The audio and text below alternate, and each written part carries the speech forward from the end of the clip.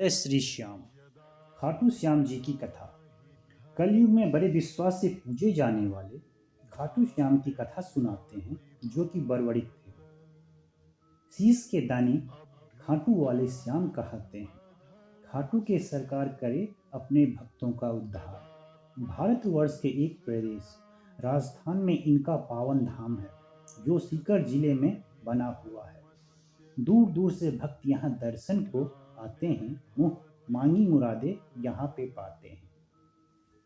कोई कहता श्याम धनी, कोई कहता तीन बांधारी। ये श्री कृष्ण जी के ही कहलाते हैं अवतारी, क्योंकि इन्होंने श्री कृष्ण जी को शीश का दान दिया, जिससे खुद भगवान ने इन्हें यह वरदान दिया। तभी से ये श्याम के नाम से पूजे जाते हैं। खाटू श्याम की कथा यूं तो बड़ा प्राचीन है। भीम हिडम्बा दोनों ने आपस में ब्याह रचाया। कुछ दिनों बाद उनके घर एक पुत्र ने जन्म लिया, जिसका नाम घटोत्कच रखा गया। वीर घटोत्कच के पुत्र का नाम ही बर्बरिक था, जो अपने पिता के समान ही वीर बलवान था। अपने कठिन तप के बल पर देवी माँ ने 3 बाण हासिल किया। ये ऐसे बाण थे जो लक्ष्य भेद कर वापस आ जाते थे। कौरव पांडव की सेना जब आमने सामने आई तो बर्बरिक की इच्छा हुई कि वे युद्ध देखेंगे। अपने साथ वे 3 बाण भी लेकर आए। श्री कृष्ण ने देखा, ये कौन योद्धा है जो अपने साथ सिर्फ 3 बाण लाया है और कोई भी सेना इसके साथ नहीं है। श्री कृष्ण उनका भेद जानने के लिए उनके पास गए और बोले, वीर पुरुष, तुम कौन हो? बर्बरिक फिर अपना परिचय बताते हैं। श्री कृष्ण ने पूछा, ये 3 बाण क्यों लाए हैं? बर्बरिक ने कहा, मैं युद्ध देखने आया हूँ और जरूरत पड़े इसीलिए अपने साथ 3 बाण लेकर आया हूँ। भगवान ने पूछा, तुम किसका साथ निभाओगे और 3 बाण से युद्ध भला कैसे कर पाओगे? बर्बरिक ने कहा, मेरे बाणों पर संदेह मत कीजिए, एक बाण से लक्ष्य भेद सकता हूँ, आप जिसका कहें। एक पीपल के पास फिर कृष्ण जी आए और कहा, इन पत्तों को भेद कर दिखाओ। इसके बीच एक पत्ता अपने पैर के नीचे छिपा लेते हैं। बर्बरिक ने मंत्र जाप कर बाण को छोड़ा। सारे पत्ते को भेद कर श्री कृष्ण जी के पैर के पास आए। तब बर्बरिक ने कहा, भगवान, हे ब्राह्मण देवता, अपने पैर पत्ते से हटाओ, नहीं तो पैरों में छेद हो जाएगा। बर्बरिक के बाण ने उस पत्ते को भेद दिया। तब श्री कृष्ण ने कहा, वीर योद्धा, आप बहुत महान हैं। मैं निर्धन ब्राह्मण, मुझे कुछ दान दे दीजिए। बर्बरिक ने कहा, क्या दान चाहिए आपको?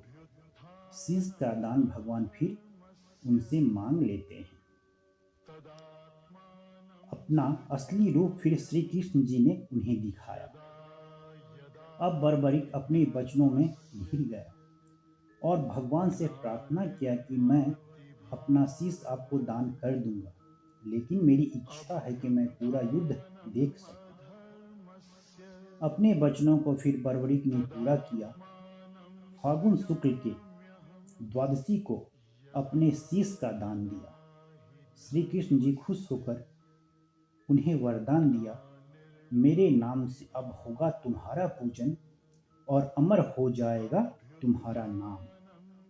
महाभारत का युद्ध उन्होंने देखना चाहा, इसीलिए ऊंचे स्थान भगवान ने उनका शीश बंधाया। 18 दिनों तक कुरुक्षेत्र में दोनों सेनाओं ने भारी युद्ध हुआ, जिसे बर्बरिक अपने आंखों से देखते रहे। अधर्म की हार हुई और धर्मों का विजय हुआ। विजय हुए पांडव वो विजय का जश्न मनाए। क्या देखा बर्बरिक? श्री कृष्ण जी पूछने आए। श्री कृष्ण को देख बर्बरिक जी मुस्कुराए। युधिष्ठिर जी बोले, ये युद्ध मैंने जितवाया।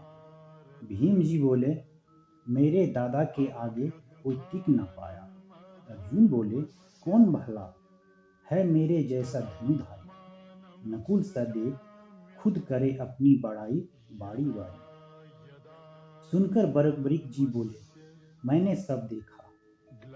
अभिमान को खुद पर कर रहे हो, ये सब मिथ्या है।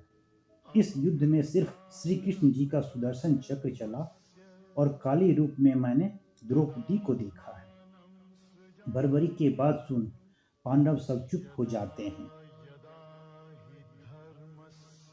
अहम जो पांडव को हुआ था उसे बर्बरिक जी मिटाते हैं। श्री कृष्ण के अवतार के रूप में अब वे जाने जाते हैं। नीले घोड़े पर सवार होकर ये आए, तभी से नीले घोड़े वाले कहलाते हैं। भगवान बोले, कलयुग में तेरा होगा वास और अपने भक्तों को सारा दुख पल में तुम दूर कर दोगे। खाटू नगरी में होगा तुम्हारा पावन धाम और लोग आपको पुकारेंगे खाटू श्याम। तभी से बर्बरिक बाबा श्याम कहाते हैं। अब भक्तों की भीड़ लगती है बहुत अपार, मनोकामना पूरा कर देते हैं खाटू के सरकार। मूर्ख भी ज्ञानी बन जाता, निर्धन भी धनी बन जाता। ये पावन कथा श्याम जी की